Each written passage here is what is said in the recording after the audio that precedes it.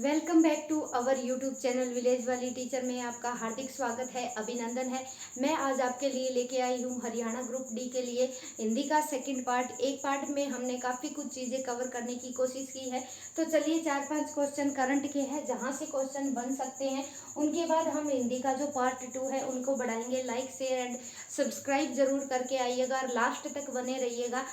1 या 1.5 घंटे की क्लास रहेगी जिसमें हम हिंदी का टोटली कवर कर लेंगे, जहाँ से भी आज तक क्वेश्चन बने हैं या बन सकने की संभावना है। तो चलिए कुछ करंट के क्वेश्चन है। तो पहला है 43वां आसियान शिखर सम्मेलन हुआ है, अभी हाल ही में सितंबर में हुआ है। ये कब से 5 से 7 सितंबर तक चला है और कहाँ हुआ है? 43वां आसियान, ये इंडिया जीके का क्वेश्चन है। यहाँ से जितने भी संगठन है, सार्क संगठन है, वहाँ से क्वेश्चन बन सकते हैं। और SCO है, संघाई सहयोग संगठन है, उसके बारे में मैंने डिटेल में बता दिया है। और कुछ चीज़ें जो शिखर सम्मेलन, जो ट्रेंडिंग के मुद्दे होते हैं, इंडिया जीके के क्वेश्चन वहाँ से बनते हैं।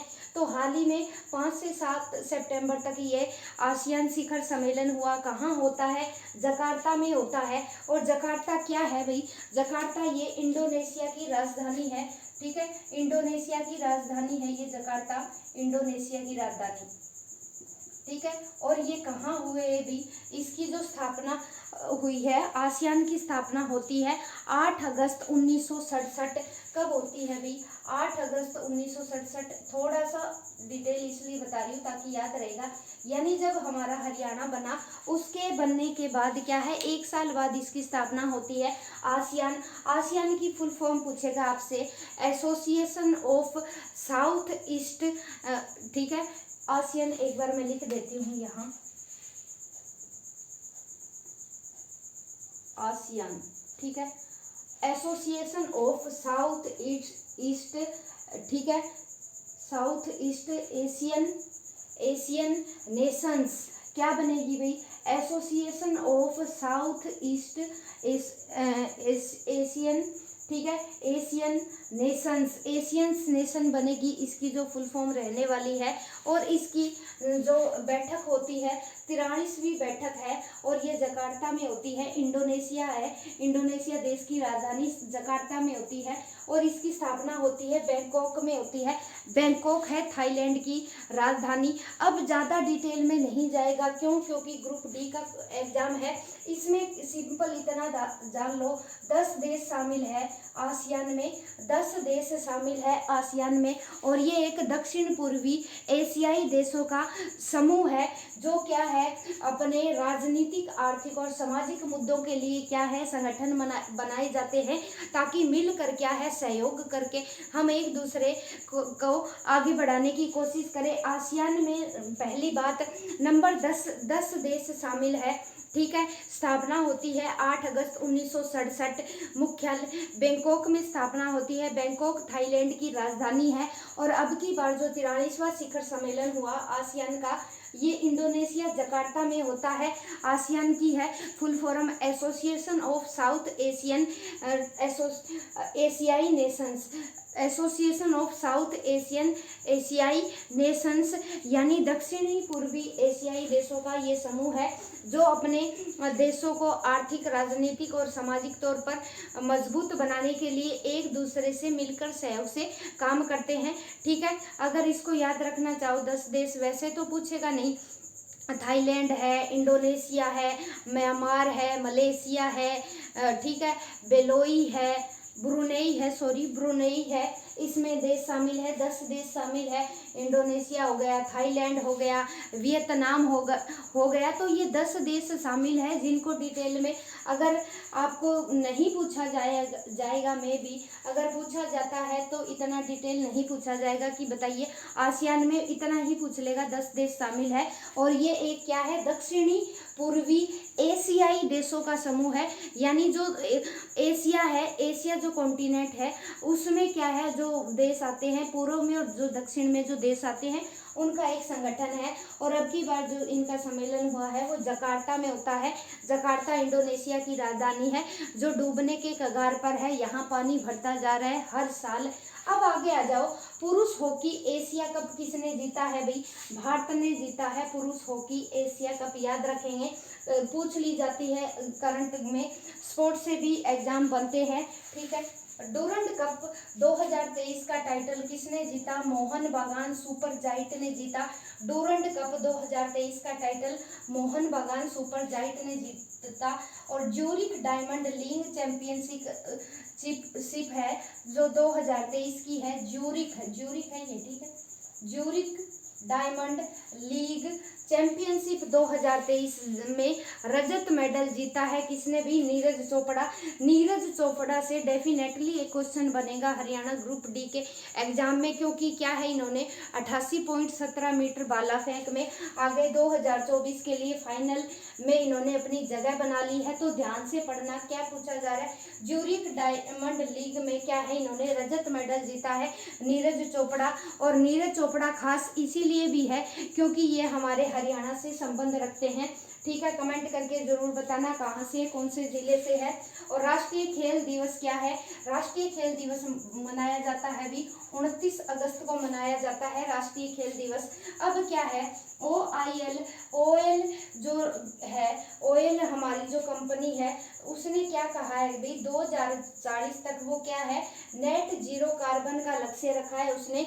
जो ओएल जो कंपनी है, ठीक है, उसने 2040 तक किस चीज़ का लक्ष्य रखा है भाई? नेट। वो क्या है कि जो कार्बन है, कार्बन हमारे पर्यावरण के लिए एक हानिकारक गैस है और उसके लिए इसने एक टारगेट रखा है 25 करोड़ रुपए में, क्या है वो, आने वाले, ठीक है, आने वाले 17 साल में क्या है वो नेट जीरो कार्बन कर देगी।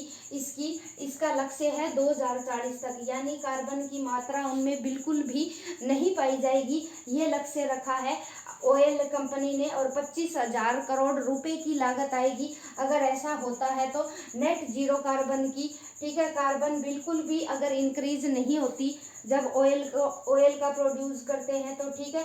तो अगर ऐसा होता है तो 2040 तक इन्होंने अपना टारगेट रखा और 25 करोड़ रुपए क्या है इसमें इन्वेस्ट होने वाले हैं। वेरी वेरी इंपॉर्टेंट क्वेश्चन आज का।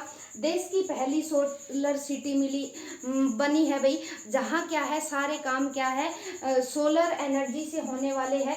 तो पहली सिटी बनी है सांची। सांची कहाँ रहने वाला है? मध्य प्रदेश में हमारी सांची पड़ती है।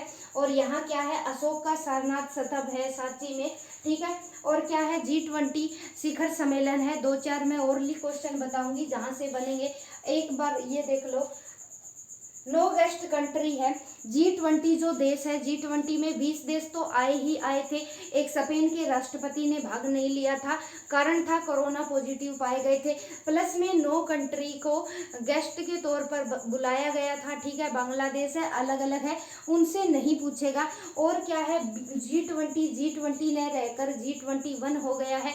अफ्रीकन यूनियन भी उसमें शामिल हो गया है। उसमें क्या है, 20 से 25 देश है लगभग, देख लेना एक बार, इतना डिटेल नहीं पूछा जाएगा। एशियाई खेल 2023 भारत ने तीसरा गोल्ड जीता। किसमें जीता है भाई? घुड़सवारी में जीता है। एशियन खेल हालांकि अभी हुए, एग्जाम आपका बन चुका होगा, शायद में भी क्वेश्चन यहाँ से ना आए। हरियाणा गवर्नमेंट ने हरियाणा फिल्म और मनोरंजन नीति गवर्निंग काउंसिल का अध्यक्ष किसे बनाया है भाई? मीता वशिष्ठ ने बनाया है। मनोरंजन का जो क्या है, मनोरंजन नीति गवर्निंग काउंसिल का अध्यक्ष है हरियाणा। जो फिल्म बनाई जाती है उसका अध्यक्ष बनाया है भी मीता वशिष्ठ, याद रखेंगे, मीता वशिष्ठ को इसका अध्यक्ष बनाया है। अब जो G20 है, G20 की अध्यक्षता कहाँ होती है भी? भारत में होती है। अब नेक्स्ट आगे G20 की अध्यक्षता भारत ने की है। अब G20 ने रहकर 21 बन गया है, यानी ग्रुप्स ऑफ 21। अब इसमें 21 देश शामिल हो गए हैं, प्लस में 2 संघ भी है, संघ में बहुत सारे देश रहते हैं। अब आगे जो G20 होगा उसकी अध्यक्षता कौन करेगा भी? ब्राजील करेगा। वेरी वेरी इंपॉर्टेंट क्वेश्चन यहाँ से बन सकता है कि पूछ लेगा कि भारत ने बताइए कौन से देश को क्या है G20 की अध्यक्षता सौंपी है, तो ब्राजील को सौंपी गई है। 9 कंट्री क्या है, गेस्ट के रूप में आती है, 9 कंट्री गेस्ट बनकर आती है इंडिया में, ठीक है। कब? G20 के दौरान पहली बैठक बता दी गुरुग्राम में होती है, और लास्ट में अंतिम शेरपा बैठक है वो मेवात जिले में होती है, हरियाणा के। मैंने ये चीज़ें आपको सारी चीज़ें करवा दी है। अब 9 गेस्ट कंट्री आती है, ये बात याद हो गई होगी। चंद्रयान, सूरजकुंड का मेला है वो आपने कवर कर लिया होगा, उसकी बात हम यहाँ नहीं करेंगे, ठीक है, क्योंकि ये रिवीजन क्लास है। आगे चलो भाई, अब हम चलते हैं हिंदी की जो सेकंड क्लास है। यहाँ से 2018 में क्वेश्चन पूछा था, एक तरफ क्या है रस दे दिए थे और बताओ कि इसका स्थाई भाव क्या है, ऐसे क्वेश्चन पूछा गया था। तो क्या है यहाँ से क्वेश्चन, अब की बार क्या पता स्थाई भाव दे दे और उसके पूछ ले कि बताओ इसका कौन सा रस रहेगा।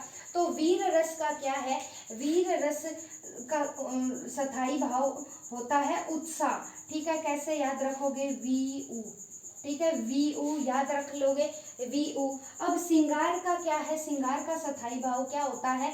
रति, री इसमें है और रे इसमें है, री से शुरू हो रहा है। और सिंगार रस को क्या है, सबसे महत्वपूर्ण सबसे अच्छा रस माना जाता है सिंगार रस, और इसका स्थाई भाव रहता है रति। करुण में क्या है, करुण को कैसे याद रखोगे? कैसो, तो उल्टा सीधा इसमें सेम बन रहा है, देखो शोक, ठीक है, शोक है, शोक, कैसो शोक, ठीक है, तो उल्टा सीधा सेम बन रहा है इसमें। ऐसे अद्भुत, ए के बाद क्या आता है? आश्चर्य, तो ए आ से आप याद रखोगे ए आ, अद्भुत है यानी आश्चर्य प्रकट करना किसी भी चीज को लेके, अरे ऐसा क्या, ठीक है, आश्चर्य होता है इसमें। भयानक क्या है, भयानक में भय से भयानक और भय से भय, डर लगता है किसी चीज को देखकर, ठीक है। रौद्र क्या होता है? रौद्र रूप होता है, रुद्र, रुद्र शिव जी भगवान जी को बोलते हैं ना, हम रुद्र रूप धारण कर लिया यानी विकराल रूप धारण कर लिया, तो शिव जी भगवान क्या है? क्रोध में आ चुके हैं भाई। इसका भी क्या है? रौद्र, क्रोध, उल्टा सीधा सेम ही बनेगा, क्रो, ठीक है, क्रोध, क्रोध, और ये बन गया क्रोध, ठीक है, तो इसका भी सेम ही बनेगा। भक्ति क्या है? भक्ति का रस जहाँ होता है वहाँ देव रति पाई जाएगी, यानी भक्ति हम किसकी करते हैं? भगवान की करते हैं, देव की करते हैं। वात्सल्य का क्या है? वात्सल्य का भी सेम ही है, वाह वह, वत्सलता, वत्सलता में क्या होता है? वत्सलता में माँ का अपने बच्चों के प्रति जो प्रेम है, जो प्यार है, वही वात्सल्य का भाव है, ठीक है, ये भी अच्छा होता है। माँ का अपने बच्चों के प्रति जो भाव होता है वो वात्सल्य के अंतर्गत आता है। शांत का मतलब क्या है? निर्वेद, निर्वेद क्या होता है? शांत बिल्कुल, यानी मनुष्य के सभी भाव खत्म हो गए, ना उसको किसी से ईर्ष्या है, ना नफरत है, ना वो किसी से घृणा कर रहा, ना प्यार है, बिल्कुल शांत हो गया, उदासीन है, वो न्यूट्रल स्टेज पे आ गया, ठीक है, ना उससे प्यार की चीज़ों से फर्क पड़ रहा है, ना उससे घृणा की चीज़ों का फर्क पड़ रहा है, बिल्कुल शांत हो चुका है, शांत, निर्वेद। और लास्ट में क्या है? जुगुप्सा। हालांकि वात्सल्यता को क्या है? 9 रस में काउंट नहीं किया जाता, क्योंकि नहीं तो ये 10 बन जाएंगे। वैसे परीक्षा की दृष्टि से 9 रस ही इम्पोर्टेंट बनते हैं, वात्सल्य को काउंट नहीं करते, इसको काउंट किया जाता है जुगुप्सा। जुगुप्सा क्या होती है? विभत्स, यानी घृणा, किसी से नफरत करना, ठीक है। क्रोध अलग है, ठीक है, गुस्सा चीज अलग है, और किसी से नफरत करना, ईर्ष्या रखना, वो चीज अलग होती है, ठीक है। तो ये वीर रस, 9 रस पढ़े हमने, 9 के क्या है? स्थाई भाव पढ़े, फटाफट रिपीट मारो। वीर है, वीरों में बड़ा ही उत्साह होता है। वीर क्या है? वीर आदमी हर काम को बड़े ही उत्साह से करते हैं। सिंगार, सिंगार रस, अगर रस में सबसे बेस्ट पूछा जाए तो सिंगार रस सबसे बेस्ट होता है, ठीक है। करुण है, उल्टा सीधा सेम बनता है, शोक, कसो और शोक। अद्भुत है, आश्चर्य है, कोई चीज इतनी सुंदर है, आश्चर्य दिखाते हैं हम वहाँ। भयानक में भय, रौद्र में क्रोध, भक्ति में क्या है? देवरति होती है, वात्सल्य में वत्सलता, शांत, शांत का मतलब कैसे याद रखोगे? शानी, ठीक है, जो शाना होता है ना, शानी, शानी होता है वही क्या है? शांत रहेगा, वो ज्यादा ना तो गुस्सा दिखाएगा, ठीक है। और जुगुप्सा का क्या बनेगा? विभत्स बनने वाला है। तो उम्मीद करूंगी कि मैं आपको ये रस है जो समझ में आ गए होंगे। अब हम आगे बढ़ जाएंगे फटाफट से, आप स्क्रीनशॉट लेना चाहे तो।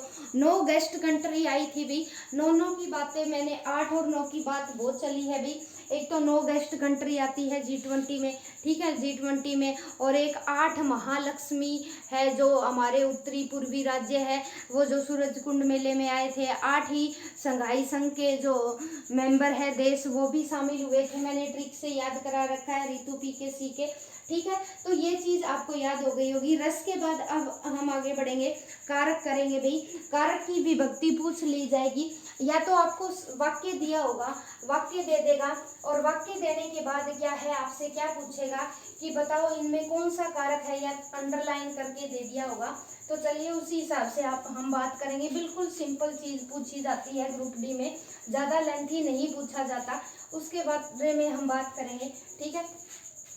तो कर्ता ने कर्म को करण से, ठीक है, कंफ्यूजन सबसे ज़्यादा करण कारक और अपादान कारक में होती है। मैं फटाफट लिखती हूँ, ठीक है। कर्ता ने कर्म को करण से संप्रदान के लिए संप्रदान की विभक्ति बनेगी के लिए, ठीक है। अपादान से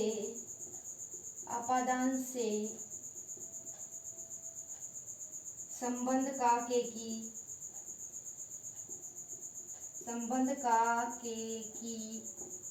अधिकरण में परे, अधिकरण का बनेगा में परे, ठीक है। और रह गया संबोधन में पर, परे नहीं, संबोधन का बनेगा, ठीक है। हे, अरे, जहाँ पर भी विस्मयादि बोधक आपको लगा हुआ मिले, ठीक है। ये जो डंडा बिंदी कितने हो गए, 4 4 8। तो क्या है कि पूछ लेगा, नंबर 1 क्या क्वेश्चन पूछेगा कि कारक कितने होते हैं। तो कारक है वे 8 होते हैं, और 8 के 8 कारकों की क्या है, अलग अलग विभक्ति होती है, ठीक है। कर्ता ने करण को कर्म से संप्रदान के लिए अपादान से संबंध का के की अधिकरण में पर, और संबोधन हे, अरे। तो ऐसे विभक्ति जैसे कैसे देगा वो, या तो पूछ लेगा कि बताइए कर्ता कारक की विभक्ति कौन सी होती है, या वो सेंटेंस देगा, कैसे देगा, ठीक है। मोहन ने, देखो, मोहन ने सोहन को मारा। ये रिवीजन क्लास है, सारे एग्जाम्पल नहीं हो पाएंगे। मोहन ने सोहन को पीटा, ठीक है। अब बताओ भाई, इसमें अंडरलाइन कर दिया ने बताइए कौन से कारक की विभक्ति होगी। तो आप क्या बताओगे, क्या आंसर दोगे कि ने क्या है, कर्ता कारक की विभक्ति है, और प्लस में अगर को भी अंडरलाइन करके दे दिया तो को क्या है, किसकी विभक्ति है भाई, को कर्ता कारक की, कर्म कारक की को विभक्ति रहेगी। अब आ जाओ भाई, ये देखो सबसे इंपॉर्टेंट बात, एक तो से विभक्ति इसकी है, एक इसकी है। अब जी इनको पहचानेंगे कैसे हम, करण में भी से विभक्ति है, और क्या है, अपादान में भी से विभक्ति है। अब इनको हम पहचानेंगे कैसे, वेरी वेरी इंपॉर्टेंट क्वेश्चन, और एग्जामिनर यहीं से पूछेगा, यहीं हमें फंसाएगा। तो चलिए बात करते हैं, ठीक है। किसी चीज का हम जब यूज करते हैं, साधन के रूप में किसी चीज का यूज किया जाता है, तो वहाँ क्या है, साधन के रूप में करेंगे हम, वहाँ करण कारक आएगा। क्या आएगा भी, करण कारक आएगा। किसी भी चीज का साधन के रूप में प्रयोग करेंगे, और इसमें क्या है, अलगाव पाया जाता है, ठीक है, अलग होना या दूर होना पाया जाता है। अब एक एक एग्जाम्पल से बात करेंगे हम। पहले देख लो, साधन के रूप में हम से किसका करेंगे, ठीक है। मोहिनी साइकिल से स्कूल जाती है। साइकिल से, साधन कोई भी हो सकता है। मोहिनी साइकिल से स्कूल जाती है, ठीक है। तो मतलब क्या है, स्कूल जाती है, वो क्या है, से का यूज है, ये साधन के रूप में हो रहा है ना। मोहिनी साइकिल से स्कूल जाती है। मोहिनी चाय से खाना नहीं बनेगा। चलो और एग्जाम्पल लेंगे। मोहिनी साइकिल से स्कूल जाती है, ठीक है। अब इसका एक एग्जाम्पल, एक इसका ले लेते हैं, अलगाव। जैसे पेड़ से पत्ते गिरते हैं, पेड़ से पत्ते गिरते हैं, ठीक है। अब यहाँ देखो, बिल्कुल एक ही उदाहरण से आपको समझ में आ जाएगा।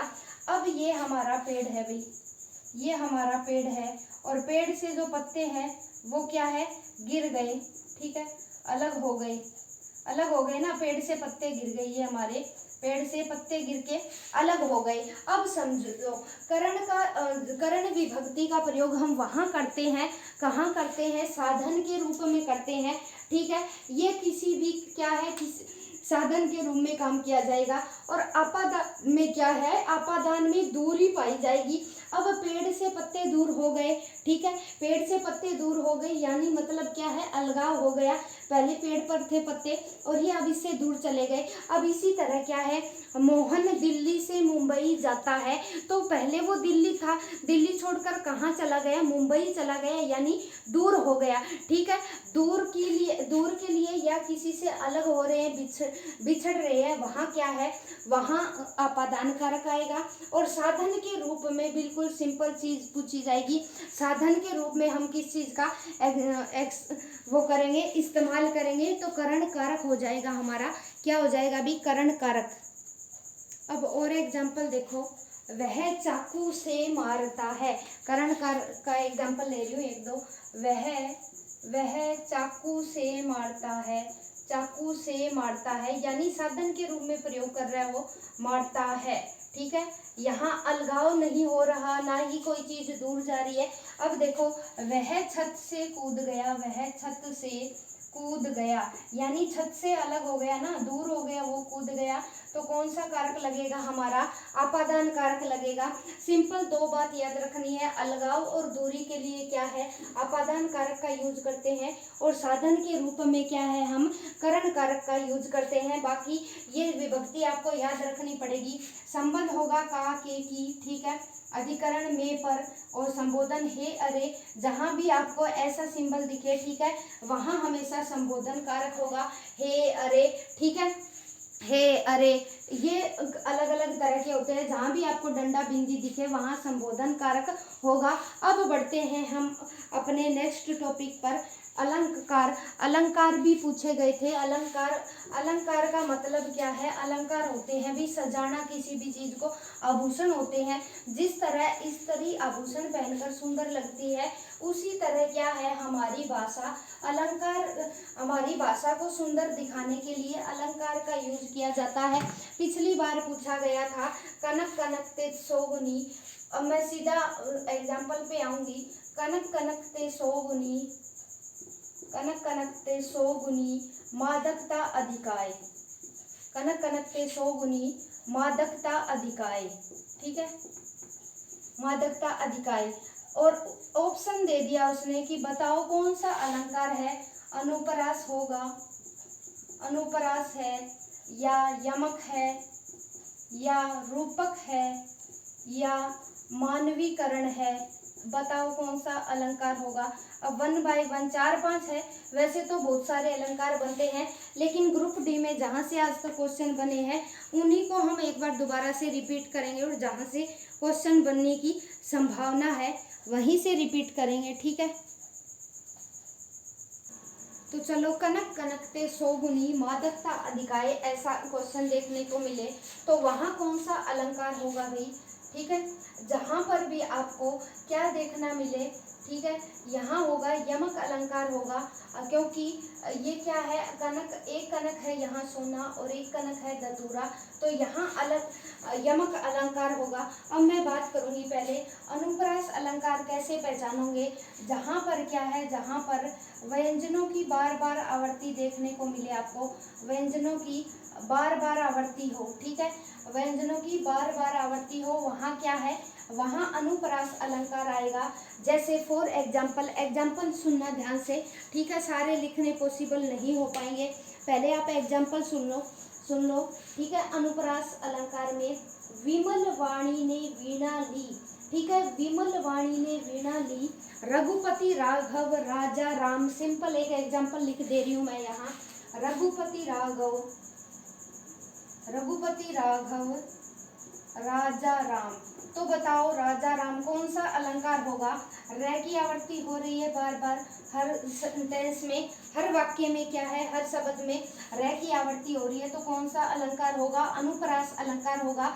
जहां पर व्यंजनों की बार बार आवर्ती हो, यानी व्यंजन क्या है, बार बार आए, वहां पर कौन सा अलंकार होगा? अनुप्रास अलंकार होगा। और यमक अलंकार कहाँ होगा? जहां एक ही शब्द के दो अर्थ निकले, एक शब्द के कनक और कनक सेम नाम है, ठीक है, और दोनों के अलग अर्थ निकल रहे हैं। एक कनक है सोना और एक क्या है धतूरा, यानी दोनों के अलग अलग अर्थ निकल रहे हैं, वहां होगा यमक अलंकार। और इसमें क्या है, रूपक की बात बाद में करेंगे। इसमें क्या है, मानवीकरण, नेचर की चीजों का, ठीक है, प्रकृति पर वो आरोप लगाया जाएगा, ठीक है। नेचर की चीज है वो मानव जैसी दिखाई जाएगी, ठीक है, मानव से कंपैरिजन जहां पर किया जाएगा वहां मानवीकरण अलंकार होगा। एक होता है सलेस। सलेस अलंकार में क्या होता है, एक शब्द के एक से ज्यादा अर्थ निकलते हैं, एक शब्द के क्या है, एक से। अब पहले आप अनुप्रास अलंकार के उदाहरण सुन लो, समझ लो। यहाँ पर क्या है, व्यंजनों की आवर्ती होगी बार बार, जैसे रघुपति राघव राजा राम में पहले क्या है, रह की आवर्ती हो रही है, पहचान लोगे अनुप्रास अलंकार। अब सुनो ध्यान से आगे और सुनो। विमल वाणी ने वीणा ली, विमल वाणी ने वीणा ली में वह रिपीट हो रहा है, तो कौन सा अलंकार होगा भाई? अनुप्रास अलंकार होगा हमारा। कलिंदी फूल कदम्ब की डारिन, कलिंदी फूल कलम की डारिन, यहाँ क्या क्या रिपीट हो रहा है, तो कौन सा अलंकार? अनुप्रास अलंकार होगा, ठीक है। चारू चंदर की चंचल किरणें खेल रही थी जलथल में, चारू चंचल च रिपीट हो रहा है, तो क्या है, अनुप्रास अलंकार होगा यहाँ पर हमारा। आगे चलो। तरनी तनुजा तट तमाल तरवर बहु छाए, तो पहचान लोगे। जहाँ पर भी पहला अक्षर चेक करना है, पहला अगर 2 या 3 शब्दों से में हमें देखने को मिलता है तो वहाँ अनुप्रास अलंकार होगा। यमक में सेम शब्द के अलग अलग अर्थ निकलेंगे, ठीक है। जैसे रहीमन पानी राखिए, बिन पानी सब सून, पानी गए न उबरे मोती मानुष सुन।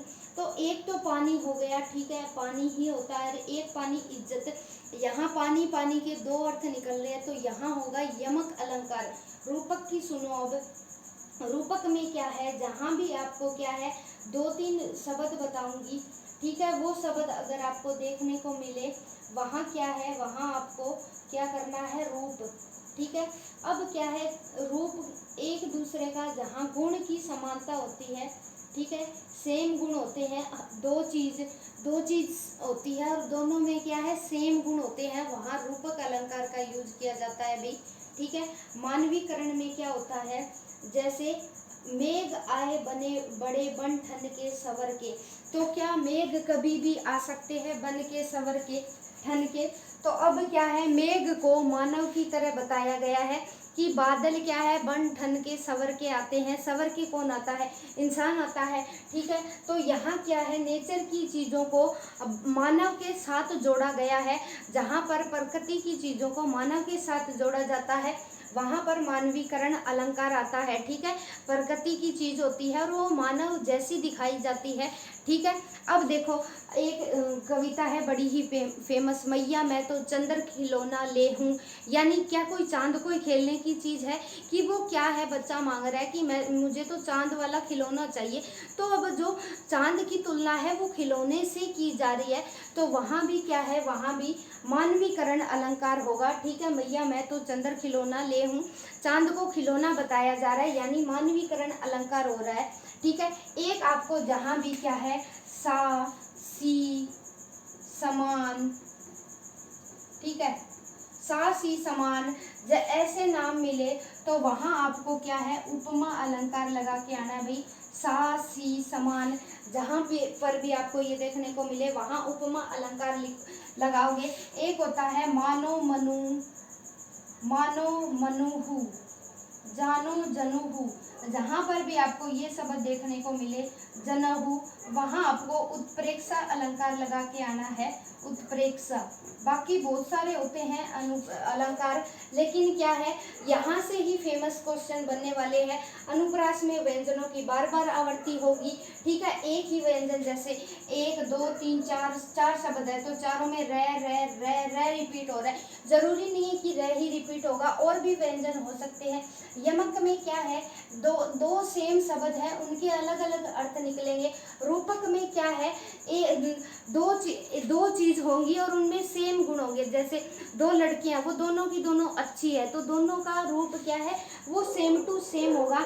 दोनों में रूप में अलग दिखाई देगी, लेकिन उनके गुण सेम होंगे, ठीक है, गुण सेम पाए जाएंगे। जहां पर भी आपको सा सी समान शब्द दिखे, वहां क्या है, उपमा अलंकार होगा। क्या होगा, उपमा अलंकार होगा, ठीक है। कंपैरिजन किया जाता है यहाँ सेम टू सेम चीजों में। अब मानो, मनु, जानो, जनु, उत्प्रेक्षा, यहाँ उत्प्रेक्षा अलंकार का यूज होगा। अगर जहाँ पर भी आपको ये 4 नाम दिखाई देंगे, उत्प्रेक्षा। अब मानवीकरण के और उपमा के कुछ उदाहरण और देख लो, इससे आपको और बेहतर समझ में आएगा। उसके बाद हम बढ़ेंगे वाक्य की तरफ। वाक्य कितने प्रकार के होते हैं, शब्दालंकार होते हैं, इसमें समझ लिया हमने। यमक के बारे में क्या है, यमक के अलंकार के और सुनो भाई। काली घटा का घमंड घटा, क्या है, एक तो काली खुद है घटा, और क्या है, उसका घमंड घट गया है, यानी कम हो गया है। एक घटा का अर्थ बनता है कि खुद वो घटा है, काली घटा उसका नाम है, और दूसरा क्या है, घमंड घटा, यानी उसका घमंड घट गया है, ठीक है। आगे चलो, कनक कनकते सौगुनी, मादकता अधिकाई, ये तो बता दिया भाई, ठीक है। जो खाए सो बोराए, जो नहीं खाए सो बोराए, ऐसा है। तो 3 बेर खाती थी, 3 बेर खाती है, यहाँ बेर बेर 2 बार रिपीट हुआ है और दोनों बार ये अलग अर्थ दे रहा है, तो यमक अलंकार होगा। जैसे 3 बेर खाती है, कोई महिला है, वो क्या है, 3 बेर खाती है और 3 बारी खाती है, ठीक है भाई, 3 बारी खाती है, तो एक ही शब्द का क्या है, अनेक बार अर्थ निकला है यहाँ। सलेस का क्या है, सलेस में एक शब्द होता है और उसके क्या है, उसका क्या है, चिपका हुआ होता है, 2 या 2 से अधिक अर्थ निकलते हैं।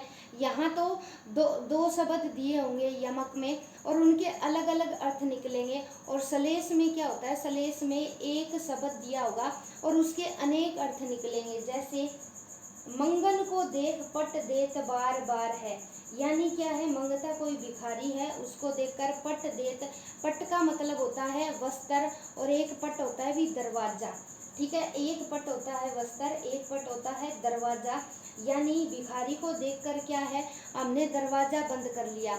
और एक अर्थ ये भी निकला इसका कि भिखारी को देखकर क्या है, हमने वस्त्र दे दिया। तो पट शब्द एक है और एक दे रहा है सेंस वस्त्र की और एक दे रहा है दरवाजे की, तो 2 यहाँ सलेस अलंकार होता है।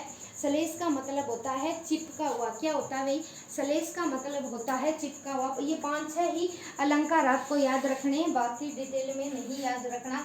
सलेस का मतलब होता है चिपका हुआ। क्या होता है भाई, चिपका हुआ होता है, यानी एक शब्द दिया होगा आपको, जैसे बेर, ठीक है, और उसके क्या है, 2 या 2 से अधिक भी अर्थ निकलेंगे, 2 या 2 से अधिक अर्थ। यहाँ 2 शब्द दिए होंगे यमक में, ठीक है, यमक में 2 शब्द दे रखे हैं और दोनों के अलग अलग अर्थ निकल रहे हैं।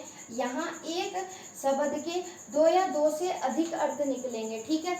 और एग्जाम्पल सुनो ध्यान से, और क्लियर हो जाएगा आपका, ठीक है। अब सुन लो भी ध्यान से।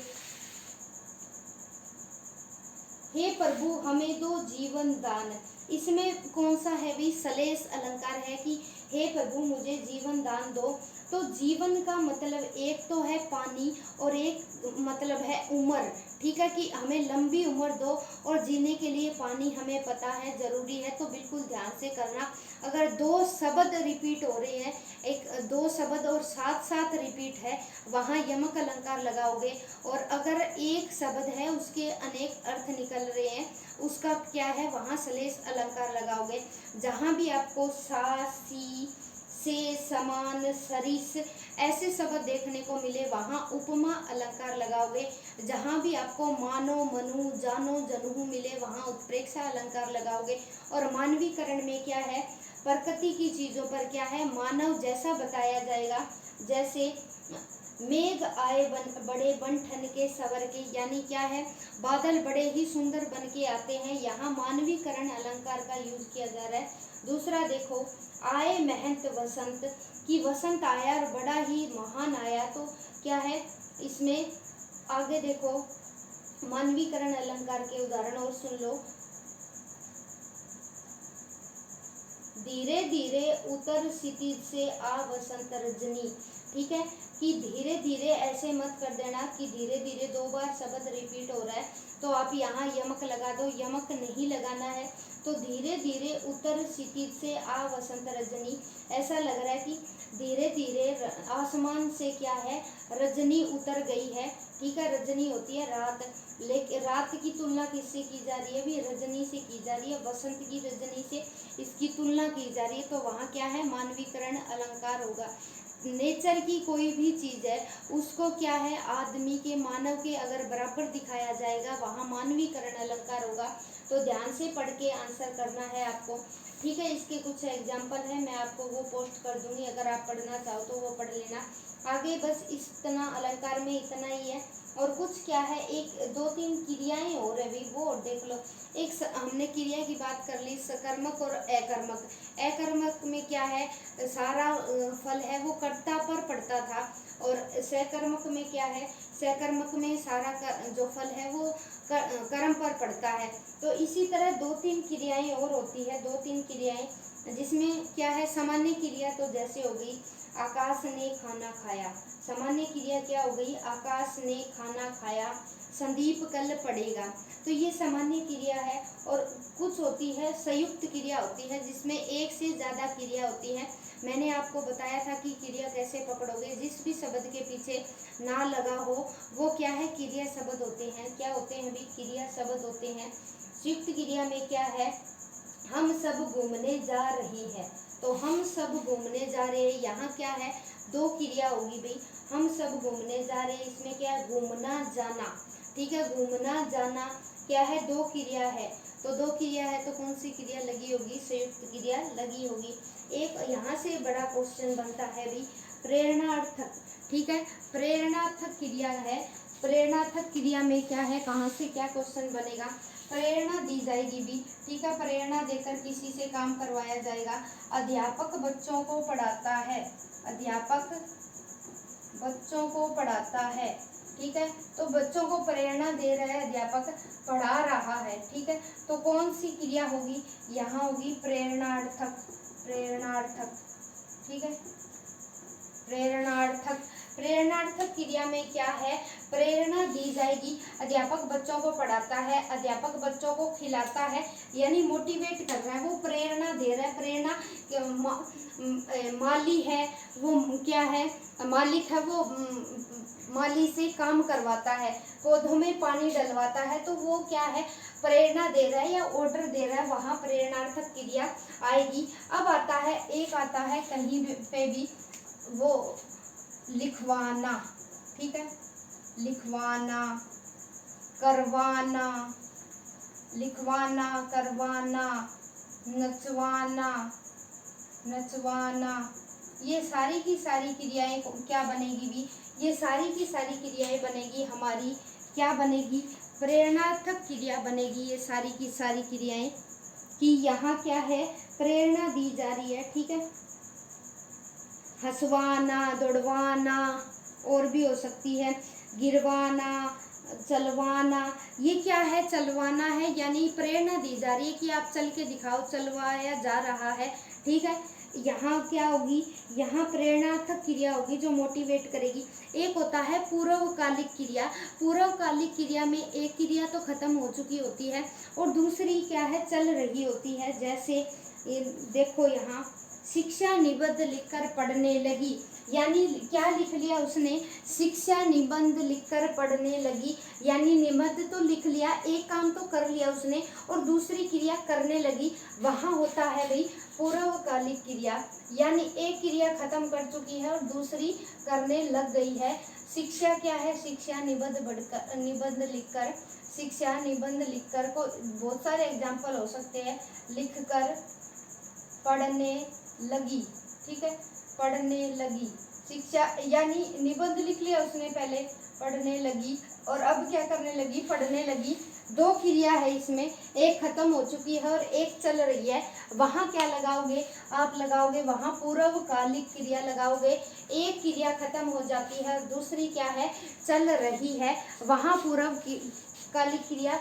और जहाँ भी आपको ऐसे शब्द देखने को मिले, लिखवाना, करवाना, नचवाना, हंसवाना, वहाँ क्या है, वहाँ प्रेरणार्थक क्रिया बनेगी, ठीक है, प्रेरणा दी जा रही है, ठीक है, प्रेरणा दी जा रही है। बाकी हो गया शिक्षा खाना खाकर नाचने लगी, यानी खाना खा लिया उसने और फिर क्या है, वो नाचने लगी। इसी तरह बहुत सारे एग्जाम्पल हो सकते हैं। यानी पूर्वकालिक क्रिया में आपको क्या ध्यान रखना है, एक क्रिया खत्म हो चुकी है और दूसरी चल रही है, वो पूर्वकालिक क्रिया होती है। और प्रेरणा में क्या है, लिखवाना, हंसवाना, दौड़वाना। जहाँ भी आपको लास्ट में वाना शब्द दिखे वहाँ क्या लगाओगे भी, वहाँ लगाओगे आप प्रेरणार्थक क्रिया। संयुक्त क्रिया में एक से ज्यादा क्रियाएं जुड़ी होगी, ठीक है। मोहन खाना खाकर खेलता है, मोहन खाना खाकर खेलता है, यानी खाना खा लिया उसने और फिर क्या है, खेलने लग गया, वहाँ होगी पूर्वकालिक क्रिया। पूर्वकालिक क्रिया संयुक्त में दो या दो से तीन क्रियाएं पाई जाएगी। यहाँ पूर्वकालिक में इतना ध्यान रखना, एक क्रिया चल रही होगी और एक खत्म हो चुकी होगी। और संयुक्त क्रिया में जरूरी नहीं है कि क्रिया चल रही है खत्म हो गई है, दो से तीन क्रियाएं जुड़ी होगी और उसमें क्या है, सामान्य में एक ही क्रिया होगी। पक्षी उड़ रहे हैं, मोहन नाच रहा है, तो क्या है, एक ही काम हो रहा है, मोहन नाच रहा है, दो तीन नहीं हो रहे। मोहन नाच गा रहा है, ठीक है, तो नाच गा रहा है, साथ ही साथ वो नाच भी रहा है, गा भी रहा है, वहाँ संयुक्त क्रिया होगी। पूर्वकालिक मत कर देना, पूर्वकालिक में क्या है, एक क्रिया खत्म हो चुकी होगी और दूसरी क्या है, चल रही होगी। और संयुक्त क्रिया में क्या है, जहाँ दो से तीन क्रिया दिखाई दे आपको, वहाँ क्या है, वहाँ संयुक्त क्रिया होगी और वो चल भी रही होगी या खत्म भी हो चुकी होगी, वो ध्यान रखना है। और क्या ध्यान रखना है, जहाँ भी आपको वाना शब्द दिखे वहाँ होगी प्रेरणार्थक क्रिया, ठीक है। अलंकार याद रखना, बार बार व्यंजनों की आवृत्ति होती है, अनुप्रास अलंकार, और अलग अलग शब्दों के क्या है, सेम शब्दों के अलग अर्थ निकलते हैं। जैसे कनक कनक, ये दो बार साथ ही साथ आया, ठीक है, वहाँ क्या होगा, वहाँ यमक अलंकार होगा। और एक शब्द के एक से ज्यादा अर्थ निकलेंगे, वहाँ सलेश अलंकार होगा। और रूपक में क्या है, रूपक में क्या है, दो चीज है लेकिन अलग अलग है वो दिखने में और अर्थ उनके सेम निकलते हैं। ज़्यादा लंबी अगर समझाऊंगी तो वीडियो लंबी हो जाएगी, तो समझ लेना। मानवीकरण में क्या है, एक दूसरे पर प्रत्यारोपण किया जाता है और क्या है, नेचर की चीज़ों पर, प्रकृति की चीज़ों पर मानव का अधिकार जताया जाता है, ठीक है। जैसे मैया मैं तो चंद्र खिलौना ले हूँ, तो चांद की तुलना खिलौने से की जा रही है और चांद क्या है, नेचर का है, वो नेचर की चीज़ है और खिलौने से की जा रही है। अब आगे आ जाओ, ये चीज़ समझ में आ गई होगी। अब हम चलते हैं वाक्य की तरफ। वाक्य कितने प्रकार के होते हैं भाई, साधारण वाक्य 3 प्रकार के होते हैं वाक्य, ठीक है। ये पूरा वाक्य है, कहाँ लिख दिया, शिक्षा निबंध लिखकर पढ़ने लगी, ऐसे कोई भी वाक्य ले लो, सिंपल वाक्य क्या है, वाक्य शब्द पद पदक्रम बताया था मैंने शुरुआत में जब अपनी हिंदी की क्लास हुई थी, वहाँ मैंने बताया था वाक्य क्या है। पहले वर्ण है, वर्ण सबसे छोटी इकाई है और वाक्य क्या है, सबसे बड़ी इकाई है। वर्ण के बाद, वर्ण या अक्षर कह दो, वर्ण के बाद आता है हमारा क्या, शब्द, वर्ण के बाद आता है शब्द और शब्द के बाद आता है हमारा पदक्रम और पदक्रम के बाद आता है वाक्य, ठीक है। तो वाक्य कितने प्रकार के होते हैं, ये 3 प्रकार के होते हैं।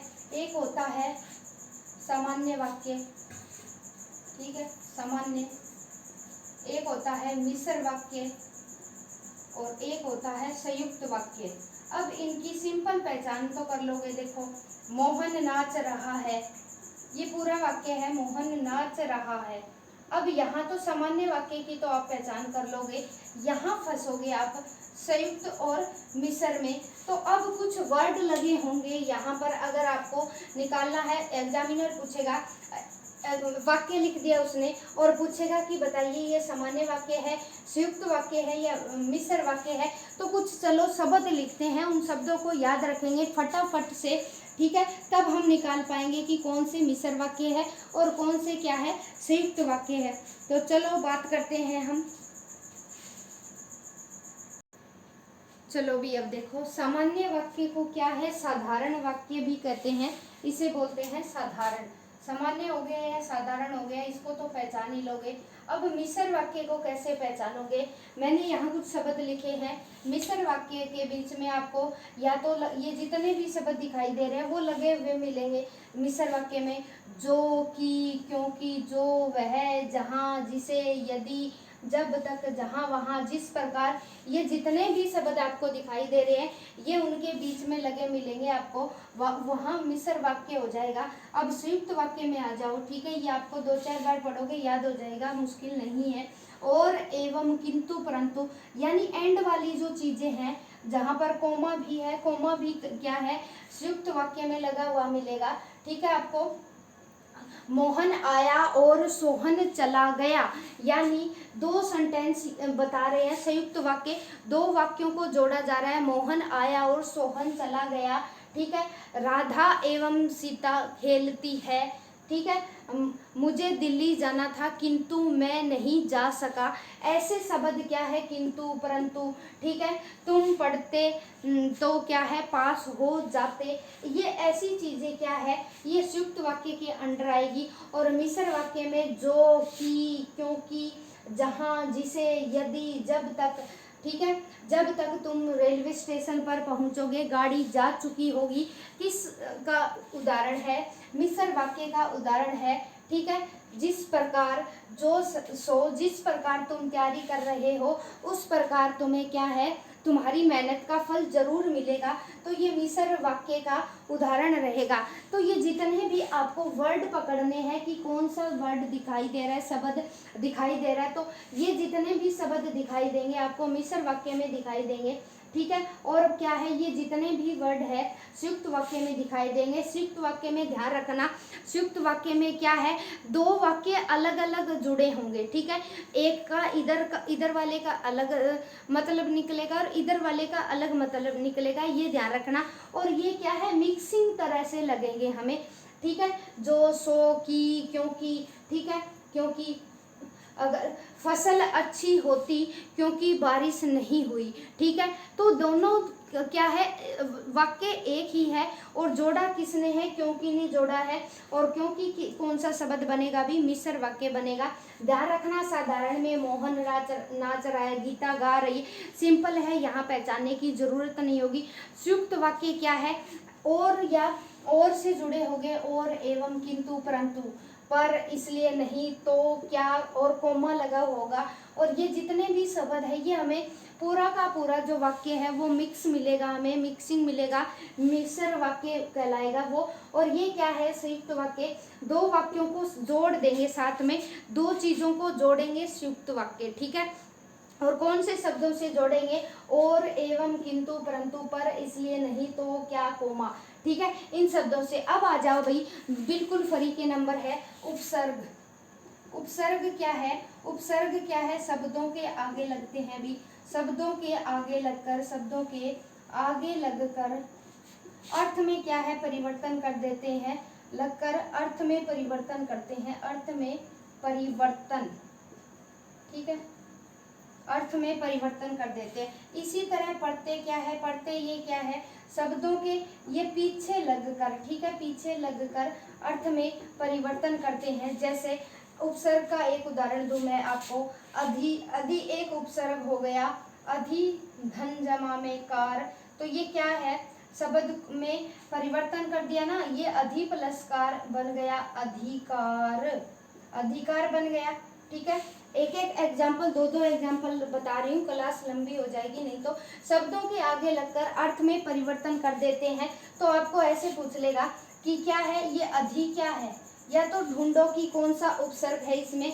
तो उपसर्ग क्या है, अधि उपसर्ग है, और कार में जुड़ते ही ये बन गया अधिकार। इसी तरह अधिशाप, ठीक है, अधिशाप, निर्गम, अधिशाप, कुछ भी हो सकता है, निर्गम। तो इसमें क्या है, हमारा उपसर्ग रहेगा। इसी तरह क्या है, प्रत्यय क्या है, ये शब्दों के पीछे लगकर अर्थ में परिवर्तन करेंगे। जैसे पियक्कड़, पिए प्लस अक्कड़, तो अक्कड़ क्या है, हमारा प्रत्यय है, ठीक है। घूम प्लस अक्कड़, घुमक्कड़, पढ़ा होगा आपने बहुत सारे, अक्कड़, अक्कड़, घुमक्कड़, ये शब्दों में परिवर्तन ला देते हैं, पीछे जुड़ते हैं, बस इतनी ही बात याद रखना। घुमक्कड़, प्रत्यय शब्दों के पीछे लगते हैं, उपसर्ग शब्दों के आगे लगते हैं। प्रत्यय एक बार बोल लो मेरे साथ की साथ, प्रत्यय क्या है, प्रत्यय हमेशा शब्दों के आगे लगते हैं, शब्दों के आगे लगकर अर्थ में परिवर्तन कर देते हैं। और उपसर्ग क्या है, हमेशा शब्दों के पीछे लगते हैं, और पीछे लगकर क्या है, अर्थ में परिवर्तन कर देते हैं। तो ये उम्मीद करूंगी मैं ये चीजें आपको समझ में आई होगी। तो चलो अब फटाफट चलते हैं। तत्सम और तद्भव, तत्सम और तद्भव, ठीक है। तत्सम और तद्भव बिल्कुल पूछ लेगा, शब्द दे देगा आपको।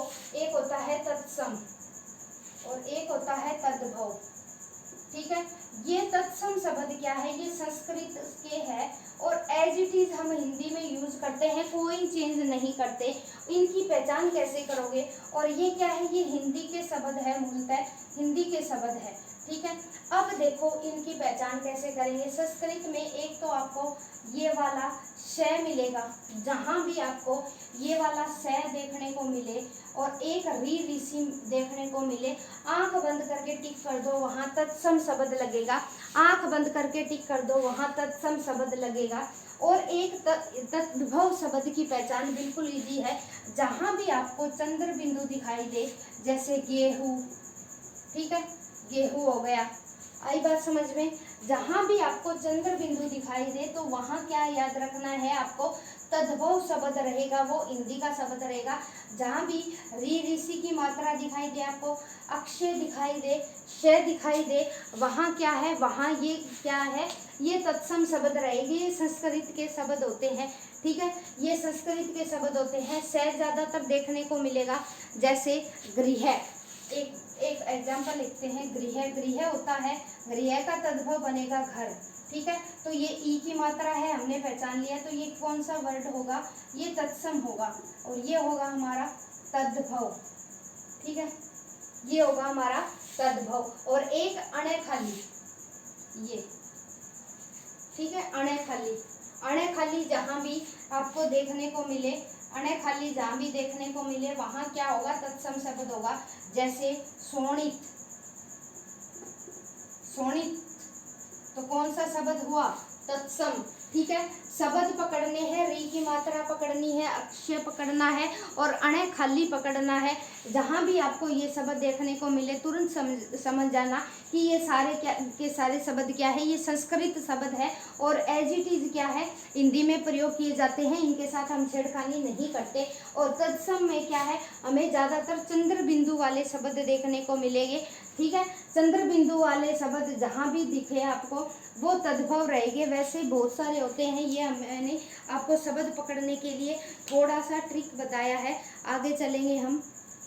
और एक तत्सम में आपको त्रय त्रिशूल वाला त्रय देखने को मिले, तो ये जितने भी शब्द आपको पकड़ने हैं पकड़ लोगे। तत्सम में क्या है, त्रय लगा होगा, या अक्षय लगा होगा, या क्या है, री की मात्रा दिखेगी आपको, या अणे खाली दिखेगा। ये चारों के चारों शब्द पहचान करवाते हैं कि ये शब्द क्या है, तत्सम शब्द है। और यहाँ क्या है, आपको चंद्र बिंदु दिखाई देगा, और वो कुछ वैसे ही पहचान लोगे, क्योंकि तत्भव शब्द हमारे पढ़े हुए होते हैं। लगभग 5-4 एग्जाम्पल सुन लो। जैसे फॉर एग्जाम्पल मैं आपको बता रही हूँ, अंतड़ी, अंतड़ी बताओ भाई, अंतड़ी क्या है, अंतड़ी तत्सम शब्द है, इसका बनेगा अंत्र, त्रय आ गया ना, अंतर, त्रय आ गया, तो ये तत्सम शब्द बनेगा भाई, ठीक है। अनाज का क्या बनेगा, अनाज है, तद्भव शब्द है, इसका बनेगा अन्न, अन्न बनेगा इसका। आगे आ जाओ भाई, अष्टादश, अष्टादश होता है 18, ठीक है, अष्टादश होता है 18, अनंत का होता है अन्यतर, अनाज का होता है अन्न। इसी तरह आरसी, आरसी का होता है आदर्शिका, आदर्शिका। तो कुछ शब्द आप इनको पकड़ोगे, अक्षय त्रय, ठीक है, और री की मात्रा अण खाली, इस तरह से आप तत्सम और तद्भव शब्दों की पहचान कर लोगे। आगे चलो भी, संधि, संधि और समास पढ़ेंगे। अब जल्दी जल्दी खत्म करते हैं। अब चलो भाई हम पढ़ते हैं संधि। संधि बिल्कुल ठीक है, कुछ शब्द है उसके बारे में बताऊंगी, डिटेल में नहीं करवा रही क्योंकि ये रिवीजन क्लास है। संधि होती है हमारी 3 प्रकार की, स्वर संधि, ठीक है, एक होती है व्यंजन संधि और एक होती है विसर्ग संधि, ठीक है। फास्ट थोड़ा इसलिए करवा रही हूँ क्योंकि रिवीजन है ये।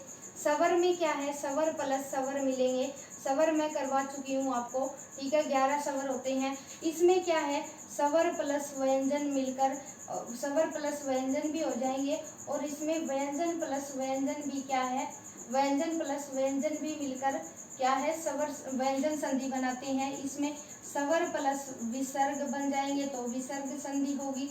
विसर्ग का मतलब होता है 2 बिंदु किसके पीछे लगी होगी, और यह क्या है, व्यंजन प्लस विसर्ग बनकर क्या है, विसर्ग संधि बनाएंगे। आज तक जितने भी एग्जाम हुए हैं वहां पे क्या है, स्वर संधि ही पूछी जाती है क्योंकि स्वर संधि ही इम्पोर्टेंट है।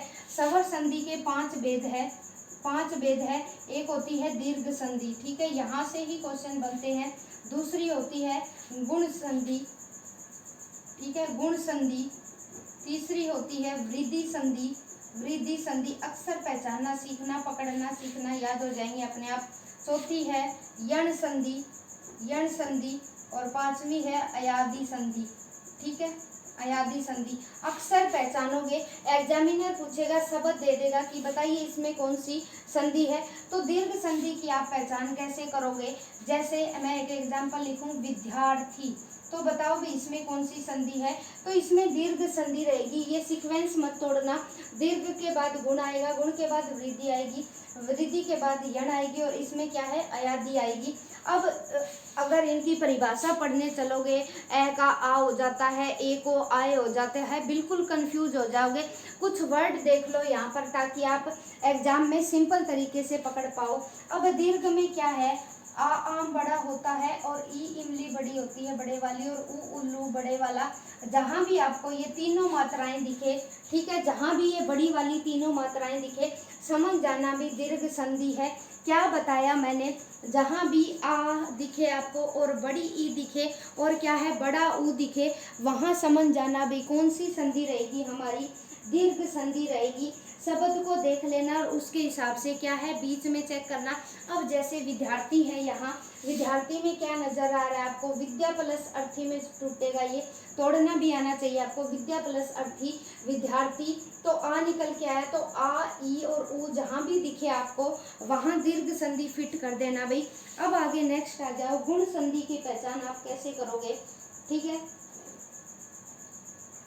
गुण संधि की पहचान आपको करनी है, कुछ नहीं करना, बस सिंपल 2 मात्राएं देखनी है। यहाँ पर एक तो ये वाली मात्रा लगी होगी और एक ये वाली मात्रा लगी होगी, ए की और ओ की मात्रा लगी होगी, वो होगा आपका गुण संधि। जहाँ पर भी आपको, जैसे मैं एक एग्जांपल दूं, गणेश, इसका बनेगा गण प्लस ईस, गणेश। तो कौन सी मात्रा दिखी, ये वाली मात्रा दिखी, तुरंत बिठा दो, ठीक है, कि कौन सी है गुण संधि। अब महेश कुछ भी हो सकता है, जहाँ भी आपको ए की और ओ की मात्रा दिखे, ए की और ओ की मात्रा दिखे, वहाँ कौन सी संधि रहेगी भी, गुण संधि रहेगी। क्या रहेगी, गुण संधि रहेगी। 2 मात्राएं, ए एड़ी वाली और क्या है, ओ ओंखली वाली मात्राएं हमें क्या पहचान करवाती है कि ये संधि क्या है भाई, गुण संधि है। फटाफट बोलते रहो, साथ ही साथ याद हो जाएंगे आपको, ठीक है, फटाफट बोलते रहो साथ ही साथ। गुण संधि में क्या आएगा, गुण संधि में आएगा ए आएगा और ओ आएगा गुण संधि में। अब आ जाओ भाई इधर वृद्धि संधि में। वृद्धि संधि में आपको क्या चेक करना है, वृद्धि संधि में आपको चेक करना है। वृद्धि में ये मात्राएं क्या है, बड़ी हो जाएगी। ठीक है, वृद्धि में आपको या तो ये मात्रा देखने को मिलेगी डबल, और या ये मात्रा देखने को मिलेगी आपको। ठीक है, तो मात्राओं की पहचान रखनी है। डबल मात्रा देखने को मिलेगी आपको इसमें। यहाँ तो सिंगल मात्रा है, दोनों में ए है और ओ है, और ये क्या है, ए और ओ। ये मात्रा आपको देखने को मिलेगी वृद्धि संधि में। यण संधि में आपको क्या चेक करना है, आधा अक्षर।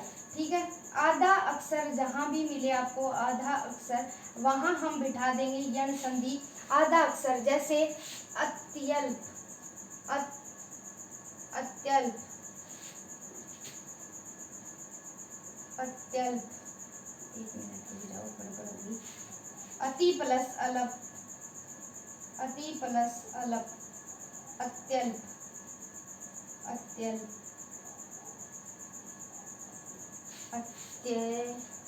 अत्यल्प, अत्यल्प। ठीक है, तो यहाँ आया, हमने पकड़ा तय।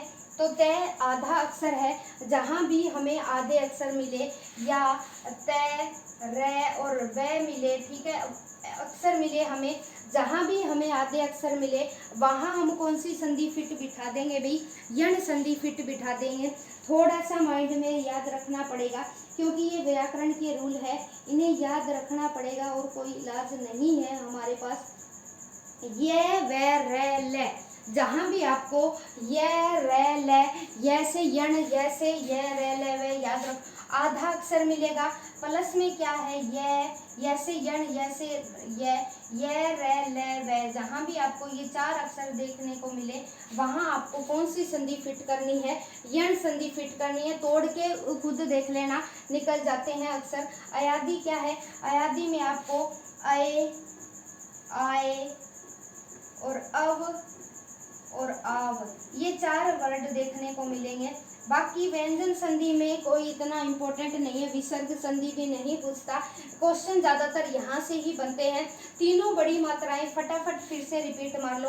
तीनों बड़ी मात्राएं आ ई उ, आ ई उ दीर्घ संधि में, और गुण संधि में क्या है, ए और ओ छोटे वाले दोनों होंगे। वृद्धि में क्या है, ये मात्राएं बड़ी हो जाएगी, ए आई अनख वाली हो जाएगी और औ औरत वाली हो जाएगी। यण संधि में आधा अक्षर देखने को मिलेगा, प्लस में रे ले, ये रे ले वे देखने को मिलेगा। और अयादि में क्या है, अये, आए, अवे, आव मिलेगा। जैसे एग्जाम्पल सुन लो आप, ठीक है, समझ में ले लेना। ने प्लस अयन, नयन कौन सी संधि है, अयादि संधि। ने प्लस अक, नायक, नायक, अय की आवाज आ रही है नी, नायक।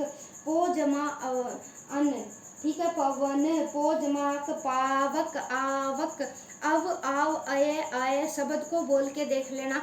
ये चारों की चारों जहाँ भी साउंड आएगी वहाँ अयादि संधि होगी। फिर से रिपीट मार लो और स्क्रीनशॉट ले लो। तो आज की क्लास को यहीं ख़त्म करेंगे, ठीक है। समास है वो एक शॉर्ट वीडियो डाल दूंगी, उसमें कवर हो जाएंगे। और कितना समझ में आया कमेंट बॉक्स में कमेंट ज़रूर कर देना, ठीक है। तो बाय बाय। इसी तरह मुहावरे हैं वो सिंपल पूछे जाएंगे, ज़्यादा लेंथी नहीं पूछे जाएंगे। लगभग हमारा हिंदी का सिलेबस यहाँ कवर हो चुका है। और अव्ययभाव समास है, कर्मधारय समास है। कर्मधारय और बहुब्रीहि समास में कन्फ्यूजन होती है, वो एक छोटी सी वीडियो बना के मैं डाल दूंगी। तो हिंदी की क्लास हमारी यही ख़त्म होती है। कमेंट करके ज़रूर बताना कैसी लगी आपको क्लास। व्यंजन संधि और विसर्ग संधि में से क्वेश्चन नहीं बनते, रेयर बनते हैं। ये पांचों के पांचों सवर संधि के 5 भेद है, ये पक्का रट के जाना, क्योंकि यहीं से क्वेश्चन फंसेंगे। तो बाय बाय। वीडियो कैसी लगी कमेंट बॉक्स में कमेंट ज़रूर कर देना। तो मिलते हैं इसी तरह अमेजिंग ट्रिक के साथ। बने रहिएगा हमारे चैनल विलेज वाली टीचर के साथ। Have a nice day guys.